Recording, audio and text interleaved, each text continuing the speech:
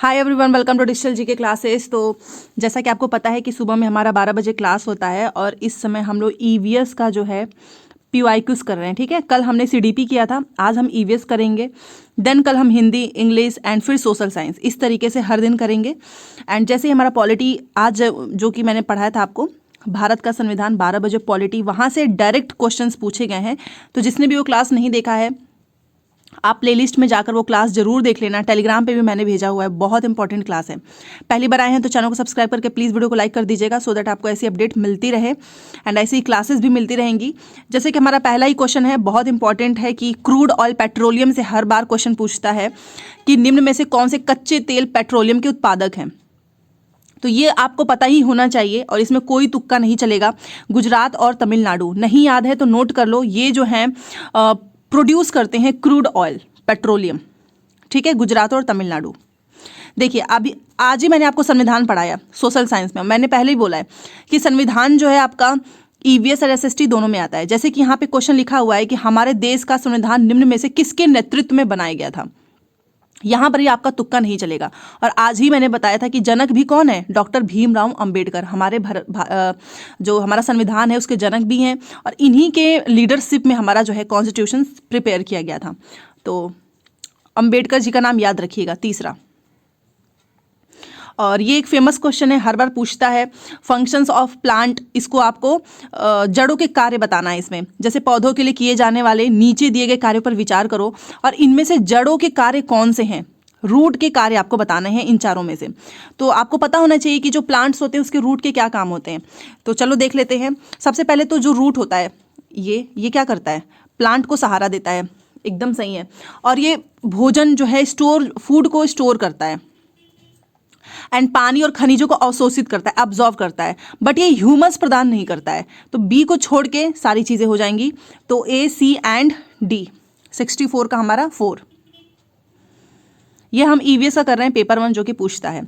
अब पोचमपल्ली से हर बार क्वेश्चन पूछता है कि पोचमपल्ली भारत के दक्षिणी राज्य का एक कस्बा है जो सुंदरता से डिजाइन की गई चमकदार रंगों की पोचमपल्ली साड़ियों और विशेष प्रकार की बुनाई, जिसे भी हम पोचमपल्ली कहते हैं, या प्रसिद्ध है इसके लिए। तो ये किस राज्य का भाग है। अच्छा, इसका तो चलो आंसर हो जाएगा तेलंगाना। हर बार पूछता है पोचमपल्ली, पहले ऑप्शंस में आंध्र प्रदेश भी दे देता था, बट याद रखिएगा तेलंगाना होगा। जैसे ही आप पोचमपल्ली नाम सुने समझ जाना ये तेलंगाना का ही हिस्सा है। मैं एक चीज़ बोलना चाहूँगी, जैसे कि पिछली बार भी मैंने ईवीएस के आपको एनसीईआरटी के कंटेंट दिए थे और सीडीपी का भी। तो मैं चाहती हूँ कि 1 से 2 वीडियो में या एक वीडियो में, जैसे एक वीडियो में पूरा ईवीएस कंप्लीट करा दूँ, 2 से 3 घंटे की हो, उसी तरीके से सीडीपी का एंड उसी तरीके से आपका सोशल साइंस भी, अलग अलग एक वीडियो में मैराथन जैसा पूरा कंटेंट। बाकी पीवाईक्यूज तो होते रहेंगे। तो आप मुझे बताना ये आइडिया आपको अगर सही लगे तो कमेंट करना, सो दैट मैं कंटेंट प्रिपेयर कर लूँ। तो तेलंगाना होगा इसका राइट आंसर। और यहाँ पर दिया गया है कि निम्न में से खाद्य पदार्थों के उस समूह का चुनाव करो जिसमें आयरन जो है रिच हो, लौह तत्व जो है प्रचुर मात्रा में हो। तो ये बहुत ही अच्छा क्वेश्चन है और हर बार ये पता नहीं क्यों पूछता ही है सीटेट में। तो वो है आंवला, पालक, गुड़। ये तीनों आप सारे ऑप्शंस देख लो, आंवला, पालक, गुड़, इसमें सबसे ज़्यादा जो है आयरन मिलता है इसको खाने से। ठीक है, तो दूसरा हो जाएगा। 67 देखिए, निम्न में से पक्षियों का वह समूह चुने जिसका प्रत्येक सदस्य हमारी तुलना में 4 गुना ज़्यादा देख सकता है, मतलब हमसे ज़्यादा दूरी तक वो देख सकता है। तो इसका राइट आंसर क्या होगा, तो इसका भी होगा बाज, चील, गिद्ध। यही 3 ऐसे हैं जो हमसे ज़्यादा 4 गुना दूरी तक देख सकते हैं, वो भी स्पष्ट देख सकते हैं। बाज, चील, गिद्ध। 68 देखिए, और ये भी इंपॉर्टेंट क्वेश्चन है। नीचे दिए गए किसी एक राज्य के ग्रामीण लोग अपने ढालू छत, मतलब ये उनका ऐसे ढालू होता है, स्लोप जैसा ढालू छत वाली लकड़ी के मकान मजबूत बांस के खंभों पर, यहाँ पर बहुत ही मजबूत बांस का खंभा होता है और ये धरती से 3 से 3.5 मीटर की ऊंचाई पर बनाते हैं। तो ये तो असम ही है, क्योंकि बारिश यहाँ पे ज़्यादा होती है और इसलिए ढालू छत बनाए जाते हैं ताकि जो बारिश का पानी है वो इकट्ठा ना हो जाए। ठीक है, असम। 69, भारत के मानचित्र में दिल्ली की स्थिति के सापेक्ष गांधीनगर गुजरात की राजधानी और पटना बिहार की राजधानी की दिशाएं। अब जैसे ये मानचित्र है, मैं एक बार आपको बता देती हूँ इसको करने का तरीका। कुछ भी पूछेगा आप आराम से कर सकते हो। देखिए, ये हमने फॉर एग्जांपल ऐसे रफ फिगर बना लिया। अब इसमें आपको पता होना चाहिए कि हमारा गुजरात किस साइड में है, तो एक बार यहाँ पे हम डायरेक्शन लिख देते हैं, नॉर्थ साउथ ईस्ट वेस्ट। ठीक है, अब यहाँ पर आपका कलर चेंज करके मैं आपको बताती हूँ, यहाँ पर हमारा गुजरात है, ये देखो। ठीक है, ये गुजरात मान लो, और इसमें पूछा है पटना बिहार की राजधानी, इस साइड में आपका पटना है। तो इसने बोला है दिल्ली की स्थिति के सापेक्ष, और आपका दिल्ली यहाँ पे है। ठीक है, इसको कलर चेंज करके यहाँ पर आपका दिल्ली, अभी यहाँ पे समझ लो। तो इसमें बोला ना कि दिल्ली की स्थिति के सापेक्ष आपको गुजरात और पटना की दिशाएं बतानी, इसके सापेक्ष। तो हम यहाँ पर ही ऐसे खींच देंगे ताकि हमको डायरेक्शन पता चल जाए। तो आप मुझे बताओ, इसमें क्वेश्चन पूछा कि मैंने इसलिए ऐसा किया ताकि इसी, आपने ये दिल्ली से पूछा है दिल्ली की स्थिति के सापेक्ष, तो यहीं पर आप पूरा डायरेक्शन खींच दो। अब आप मुझे बताओ, ये रहा हमारे दिल्ली, दिल्ली की स्थिति के सापेक्ष गुजरात की राजधानी किस साइड में पड़ेगी, आप मुझे बताइए। साउथ वेस्ट में होगा। एंड आपका जो ये पटना होगा, ये किस साइड में होगा, ये आपका साउथ ईस्ट में होगा। ठीक है, तो इस तरीके से आप डायरेक्शन कर लेंगे। बाकी मैं इसको बोर्ड पे अच्छे से समझाऊंगी। अभी यहाँ पर ये एक तो स्क्रीन पे लिखना पॉसिबल नहीं हो पाता है, तो इसलिए डायरेक्शन भी और डिस्टेंस भी उतना मैनेज नहीं हो पा रहा है। बट इतना समझ लो, जिसके सापेक्ष पूछेगा आप वहीं से जो है डायरेक्शन खींच दें, एंड देन आप आराम से पता कर सकते हैं। इसके लिए आपको पता होना चाहिए कि कहाँ पर गुजरात है, कहाँ पर बिहार है, मैप में एग्जैक्ट लोकेशन, सो दैट आप एक रफ फिगर डायग्राम ड्रॉ कर सकें। तो इसका राइट आंसर हो जाएगा ऑप्शन नंबर 2। चिंता मत करना, मैं इसको बोर्ड पे समझाऊंगी आपको अच्छे से। 70 देखिए, निम्न में से किसने मटर के पौधों के साथ प्रयोग किया और यह पाया कि मटर के पौधों में कुछ ऐसे लक्षण होते हैं जो जोड़ियों में पाए जाते हैं, जैसे कि चिकने खुरदरे, लंबे बौने, पीले हरे। तो ये तो मेंडल साहब ने बताया था, ग्रेगर जॉन मेंडल। बहुत आसान सा क्वेश्चन है। 71 देखिए, निम्न में से कौन सा एनसीएफ 2005 के अनुसार ईवीएस पाठ्यक्रम में सुझाए गए 6 विषयों में से एक है। तो अगर आपने ईवीएस का देखा होगा तो आप आराम से बता सकते हैं। बताइए इसका राइट आंसर।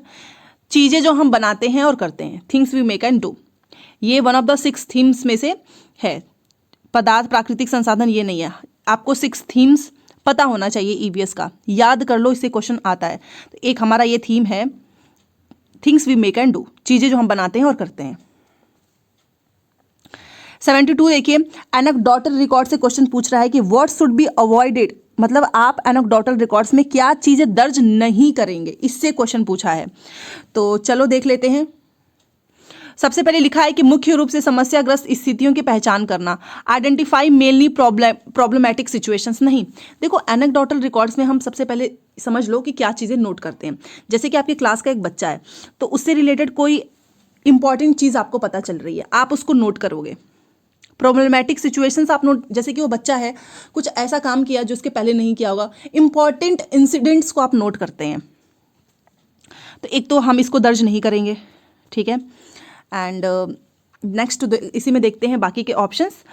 निर्णय वाले जो मेकिंग स्टेटमेंट ऑफ जजमेंट, निर्णय वाले कथन को भी हम नहीं लिखते हैं। मजबूती और कमजोरी की पहचान करना, जी हाँ, जैसे मैंने आपको बताया ना कि एक बच्चे से रिलेटेड इंसिडेंट आप नोट करते हो कि कोई काम वो कर रहा है, मान लो किसी एक्टिविटी में बच्चा इन्वॉल्व है और वहां पर आपने कुछ स्ट्रॉन्ग पॉइंट देख लिया या फिर कुछ वीक, आप उसको नोट कर लेंगे। बच्चे की रुचियों, सेम वही चीज़ है, आप बच्चे के इंटरेस्ट देख रहे हैं, उसको भी आप नोट कर सकते हो। बट हम क्या चीज़ नोट नहीं करेंगे, तो ए एंड बी, ठीक है। ना ही हमको जजमेंट लिखना है और ना ही हमको कोई प्रॉब्लमैटिक सिचुएशंस को मेनली आइडेंटिफाई करना है, तो पहला हो जाएगा। आप एक, यहां से पेडागोजी स्टार्ट हो रहा है, आप एक एकीकृत ईवीएस कक्षा के लिए कैसे योजना बनाएंगे, how will you plan for an integrated. देखो इंटीग्रेटेड का मतलब क्या होता है, पहले ये समझो, क्योंकि यहां से आपको पता चलेगा। इंटीग्रेटेड का मतलब होता है कि मैं क्या करूंगी, कोई चीज़ पढ़ा रही हूँ, मान लो मैंने साइंस पढ़ाया, या फिर हम ईवीएस का एग्जांपल ले लेते हैं। ईवीएस में मैं कोई चीज़ पढ़ा रही हूँ, तो मैं क्या करूँगी ना कि एक इसके टॉपिक्स को अलग अलग सब्जेक्ट से जोड़ दूंगी, ठीक है। एक पाठ में 2 या अधिक विषय क्षेत्रों को मिलाओ। मैंने कोई टॉपिक उठाया ईवीएस का, और मैंने जैसे कि मान लो मैंने वाटर साइकिल उठा लिया, वाटर साइकिल फॉर एग्जाम्पल। अब मैं यहाँ से क्या करूँगी, बच्चों को साइंस भी जोड़ के पढ़ा सकती हूँ, ज्योग्राफी भी जोड़ के पढ़ा सकती हूँ, हिंदी भी जोड़ के पढ़ा सकती हूँ। यहाँ से मैं कुछ शुद्ध वर्तनी वाले शब्द भी बच्चों को लिखवा सकती हूँ। तो इसको बोलते हैं, और ये काफ़ी अच्छा माना जाता है इंटीग्रेटेड, कि आपने क्या किया, एक पाठ पढ़ाया, उसमें 2 या अधिक विषय क्षेत्रों को मिला दिया, कंबाइन करें 2 और मोर subjects, area into one lesson, one lesson में ज़्यादा सब्जेक्ट्स को जोड़ दें, तो पहला हो जाएगा। 74 देखिए, पुनीत ने अपनी कक्षा 5 के शिक्षार्थियों को मानव शरीर की एक रूपरेखा दी और उन्हें भोजन विषय पढ़ाने से पहले पाचन तंत्र को बनाने के लिए कहा। तो उसने ऐसा क्यों किया? भोजन पढ़ाने से पहले उसने पाचन तंत्र बनाने को कहा, तो पुनीत क्या चाहता था? तो देखो, परीक्षण करना कि शिक्षार्थी नामांकित नहीं, उसका ये उद्देश्य नहीं था कि बच्चे डायग्राम्स को लेबल कर पा रहे हैं या नहीं, वो ये चाहता था कि बच्चे जो है पाचन तंत्र के बारे में क्या उनके विचार हैं, उसके पहले कि उनकी क्या ज्ञान है, उसको वो जानना चाहता है। तो पाचन से संबंधित शिक्षार्थियों के विचारों को वो प्राप्त करना है, बस। ना ही इसको कोई ड्राइंग स्किल्स बच्चों का चेक करना है, ना ही यहाँ पे बच्चों का मूल्यांकन करना है। मैं क्लास में जाऊंगी, मुझे वाटर साइकिल पढ़ाना है, तो मैं क्या करूंगी, बच्चों से क्वेश्चन पूछूंगी पहले। तो मैं क्यों ऐसा कर रही हूँ? मैं जानना चाहूंगी कि आखिर में बच्चों के मन में इसके बारे में क्या इन्फॉर्मेशन है। दूसरा 75 देखिए, निम्न में से क्या रचनात्मक आकलन के संबंध में सही नहीं है? फॉर्मेटिव असेसमेंट सबसे ज़्यादा अच्छा असेसमेंट माना जाता है, क्योंकि इसका कोई समय लिमिट ऐसा कुछ नहीं है, आप जब चाहें तब असेसमेंट कर सकते हो।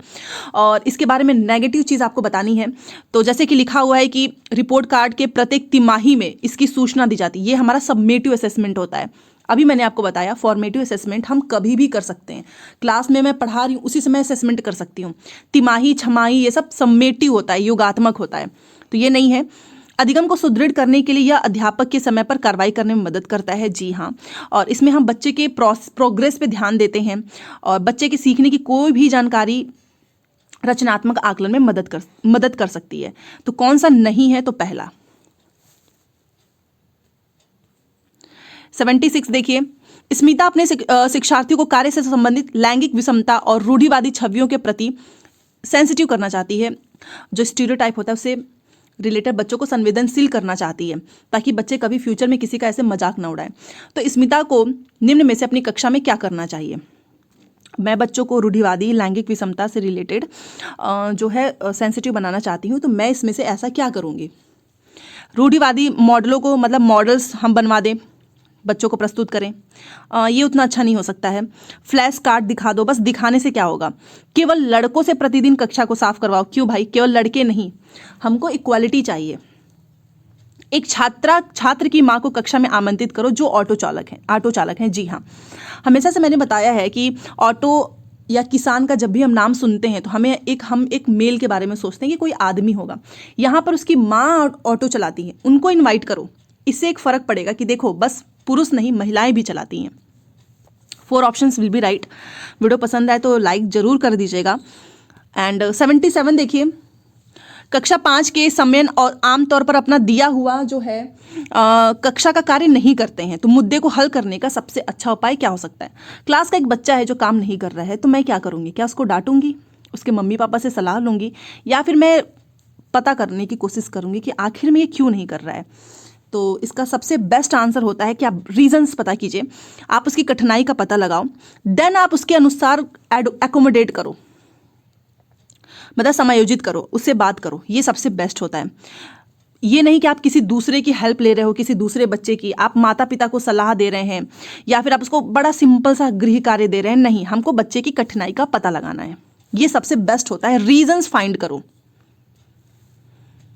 78 देखिए, मुस्कान ने परिवहन में डीजल वाहनों का उपयोग, use of diesel vehicles in transportation should be prohibited, मतलब डीजल वाहनों का जो उपयोग है वो प्रोहिबिट हो जाना चाहिए, निषिद्ध हो जाना चाहिए, नहीं करना है। इस पर एक वाद विवाद का डिबेट का आयोजन किया। मुस्कान के द्वारा इस विषय पर कक्षा में वाद विवाद के आयोजन का आखिर में उद्देश्य क्या है? मैंने क्लास में कि डीजल हमें यूज़ नहीं करना चाहिए, इस पे प्रोहिबिटेड, निषिद्ध होना चाहिए, इस पे मैंने क्लास में डिबेट जो है ऑर्गेनाइज किया। तो आखिर में मेरा उद्देश्य क्या है, मैं क्यों करना चाहती हूँ? क्या मैं पूरी तरीके से ही चाहती हूँ कि डीजल पे बंद हो जाए और इसलिए मैं बच्चों को संवेदनशील बना रही हूँ? नहीं। या फिर मुझे बच्चों के विचारों को जानना है और उनको सही करने में मदद करना है, करेक्ट करूँ। हमें बच्चों को कभी भी करेक्ट नहीं करना चाहिए।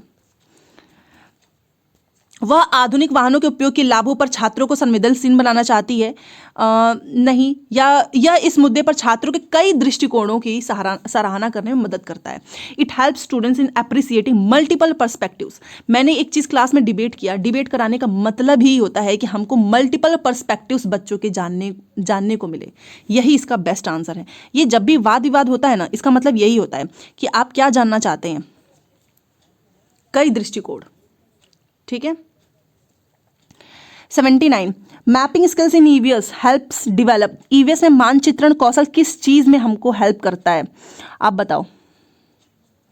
लैंडस्केप खींचने के कौशल्स में, या फिर आप प्रिडिक्ट कर सको, कैलकुलेट कर सको, या रिकॉर्डिंग कौशल को विकसित कर सकते हैं, स्थानों की सापेक्ष स्थिति की समझ को। अभी हमने एक मैप पढ़ा गुजरात पटना, तो ये हमारे किस लिए, जो understanding of relative positions of places, हमें समझ में है कि इनका जो है स्थान की सापेक्ष स्थिति की समझ को विकसित कर सकें, इसीलिए मानचित्रण कौशल होता है। So option number 4। ईवीएस की एकीकृत प्रकृति सहायक है। The integrated nature of EVS. Integrated का मतलब एक टॉपिक्स में हमने अलग अलग विषय को जोड़ दिया, तो ये किस चीज में हेल्प करेगा। तो चलो देखते हैं। हमारा पाठ्यचर्या का भार कम कर दे। ऐसे आंसर कभी सही नहीं हो सकते हैं, कभी नहीं। पाठ्यचर्या के भार को कम करने, मतलब यहाँ पर आप देखो खुद से एक बार, पहली बार एक पढ़ो इसको अच्छे से। लिखा है कि रिड्यूस कर दो करिकुलम लोड एंड इंट्रोड्यूस करो केवल स्पेसिफिक टॉपिक्स। ये सही नहीं है। हाँ ठीक है, आप भार को कम करो, बट हमको बच्चों को मीनिंगफुल लर्निंग सिखानी है, ना कि केवल स्पेसिफिक टॉपिक्स बच्चों को पढ़ाएं। क्योंकि आप देखो एनसीईआरटी के बहुत सारे टॉपिक्स को खत्म किया गया है, कम किया गया है, कम करने, बट हमको मीनिंगफुल तो लर्निंग देनी ही है बच्चों को, तो ये नहीं हो सकता है। इसमें दोबारा से लिखा है कि आप रिड्यूस कर दो करिकुलम को and help children to learn meaningfully. ये राइट आंसर है। पाठ्यचर्या के भार को कम किया और शिक्षार्थियों को सार्थकता पूर्वक सीखने में, ये सही हो जाएगा। शिक्षार्थी केंद्रित उपागम पालन करने, नहीं, as child centred approach and introduce large number of concepts, ये सही नहीं हो सकता है। दी गई सूचना और विवरणों में सीखने में, ये भी नहीं। राइट आंसर मीनिंगफुल लर्निंग है ना, इसलिए सही हो जाएगा दूसरा। मुझे बताना 30 में से आपके कितने स्कोर बने हैं। Which of the following is not a broad indicator of EVS assessment. इसमें से कौन सा ईवीएस में आकलन का एक व्यापक संकेतक नहीं है। तो चलो देखते हैं। सहयोग तो है, कोऑपरेशन होना चाहिए, न्याय के प्रति सरोकार भी है, समानता के प्रति सरोकार भी है, और कॉन्सेप्ट मैकिंग ये नहीं है। ये एक ईवीएस में आकलन का एक ब्रॉड जो है इंडिकेटर नहीं है। 4 ऑप्शन। तो जो पूछा गलत है वही सही है। नेक्स्ट क्वेश्चन देखिए। कुछ हजार साल पहले भारत में तालाबों के निर्माण के अल-बिरूनी के अवलोकन के आधार पर कक्षा 5 के ईवीएस के पाठ्य पुस्तक में एक अनुच्छेद है, इसको क्यों शामिल किया गया? अल-बिरूनी को के टॉपिक्स को इसमें क्यों शामिल किया गया है, इसका क्या ऑब्जेक्टिव हो सकता है? तो चलो एक एक करके पहले पढ़ते हैं। सबसे पहले कि इतिहास के स्रोतों की पहचान करने में ये शिक्षार्थियों की मदद करेगा। यस, ऑब्वियस ही बात है, सही है। और यहाँ पर लिखा है कि यह शिक्षार्थियों को उनके अवलोकन जो उन्होंने ऑब्जर्व किया है उसको सुधार करने में, नहीं, सुधार करने में उन्होंने क्या ऑब्जर्व किया कि हम उसको सुधार करने में उसका मदद करेगा, ये नहीं हो सकता है।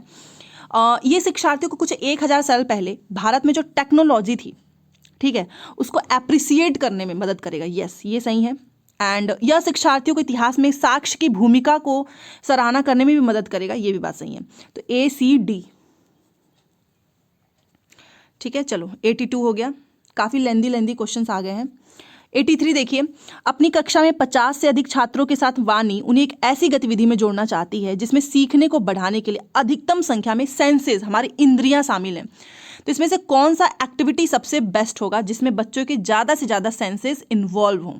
तो इसके लिए हमें सारी एक्टिविटीज़ पढ़नी होगी।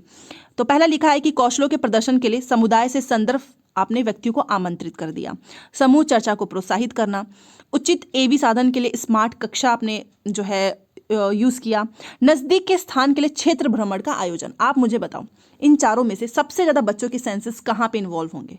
ऑब्वियस ही बात है ना कि जब बच्चे फील्ड ट्रिप में जाएंगे और जहाँ पे बच्चा अपनी आंखों से खुद देखता है ना, तो वो जितना बेस्ट वहाँ सीख सकता है उतना बेस्ट वो किसी क्लास में नहीं सीखेगा, ना ही किसी किताब से, क्योंकि यहाँ पे सेंसेस इन्वॉल्व होती हैं ज़्यादा से ज़्यादा। सो 4। चलिए 83 हो गया। 84। इकरा अपने शिक्षार्थियों को ईवीएस में समाचार पत्रों और पत्रिकाओं को पढ़ने के लिए क्यों प्रोत्साहित करती है? क्यों वो बोलती है कि तुम लोग मैगजीन्स पढ़ो, न्यूज़पेपर्स पढ़ो? रीज़न क्या है? क्या वो काफ़ी एंटरटेनिंग है इसलिए? जी नहीं। एंड नेक्स्ट देखिए, ये शिक्षार्थियों को उनको अपने संसार से, हम उनको अपने वर्ल्ड से, रियल वर्ल्ड से कनेक्ट करने में मदद करेगा। यस, तभी तो हम बोलते हैं। और ये शिक्षार्थियों को स्वतंत्र यहाँ पर हमको स्वतंत्रता नहीं दिलानी है कि स्वतंत्र बन जाए, हम चाहते हैं कि बच्चे सीखे, देखे सॉरी देखे कि संसार में क्या हो रहा है। और ये शिक्षार्थियों को कॉम्पिटिटिव बनाने के लिए, जी नहीं, हम चाहते हैं कि बच्चा रियल वर्ल्ड से जुड़े। दूसरा, पर्यावरण अध्ययन में प्रश्न को एक युक्ति के रूप में उपयोग किया जाता है। Questioning as a strategy in teaching learning of EVS is used for, किस चीज़ के लिए? क्या अनुशासन को बनाए रखने के लिए, बच्चों का अटेंशन खींचने के लिए, रूल्स को फॉलो करवाने के लिए, या फिर क्यूरोसिटी को बढ़ाने के लिए? बताइए। ऑब्वियस सी बात है, जहाँ पे क्यूरोसिटी आएगी उससे बेस्ट कोई आंसर हो ही नहीं सकता है। कक्षा कक्ष में जिज्ञासा को बढ़ाने के लिए।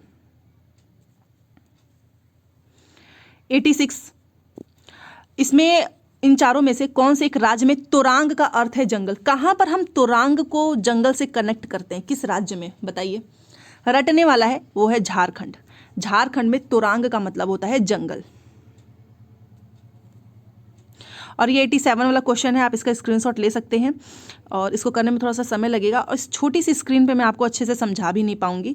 एक क्वेश्चन बस इसका आता है और अगर आप कहेंगे तो मैं इसको बोर्ड पे इसको भी अच्छे से समझा दूंगी। पिछली बार भी मैंने इसको समझाया था और इसमें से एक क्वेश्चन जरूर आता है, ठीक है। और ये वाला भी आप स्क्रीनशॉट ले सकते हैं और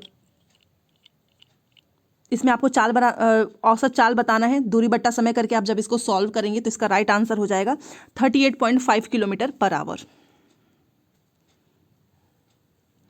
89 देखिए, इसमें से कौन सा कथन मधुमक्खी के छत्तों के बारे में सही नहीं है? मधुमक्खी के छत्ते से ना क्वेश्चन बहुत आता है, हर बार आता है। सबसे पहले याद रखो कि मधुमक्खी के छत्ते में एक रानी मक्खी होती है और यही अंडे देती है। इसमें बहुत सारी काम करने वाली मक्खियां होती हैं और इसमें केवल कुछ ही होती हैं मेल हाइव, मतलब नर मक्खियाँ केवल कुछ होती हैं। ये भी बात सही है, ये भी सही है। बट ये नहीं है कि जो मेल मक्खियाँ होती हैं, नर मक्खियाँ, वो बहुत ज़्यादा इंपॉर्टेंट होती हैं, कम महत्वपूर्ण होती हैं, बहुत ज़्यादा नहीं। और नहीं पूछा है तो यही सही हो जाएगा, ठीक है। और ये आज का लास्ट क्वेश्चन। हम डेली मिर्ची अपने खाने में डालते हैं और आज हम मिर्ची के बिना अपने भोजन को इमेजिन भी नहीं कर सकते हैं। तो आखिर में मिर्ची आई कहाँ से है जो हम हर चीज़ में डालते हैं? बताइए। खाने में बहुत सारे लोग तो मिर्ची के बिना तो खाना ही नहीं खा पाते हैं। तो अब बताओ, कभी आपने सोचा है कि कहाँ से मिर्ची आई है? यस, वेरी राइट, दक्षिणी अमेरिका से, साउथ अमेरिका। तो ये टोटल हमने 30 क्वेश्चंस कर लिए हैं। आप मुझे अपना स्कोर बताइएगा। एंड मैंने आपसे जो क्वेश्चन पूछा था कि ईवीएस हो गया 2-2 3-3 घंटे की, क्या आप क्लास चाहते हो तो बताओ। तो मैं 15 दिसंबर के बाद से एक एक क्लास आपको दे दूंगी 5 दिन में, हर एक सब्जेक्ट्स का। बट उसको बनाने में मुझे काफ़ी मेहनत लगेगा क्योंकि आप भी जानते हो हर टॉपिक से इंपॉर्टेंट चीज़ें निकाल कर नोट करना, वो भी अकेले ही काफ़ी मेहनत लगेगा। बट वो भी कर दूंगी अगर आप सभी का सपोर्ट रहा तो, ठीक है। तो प्लीज़ मुझे बताइएगा। मिलते हैं नेक्स्ट क्लास में। Thanks for watching.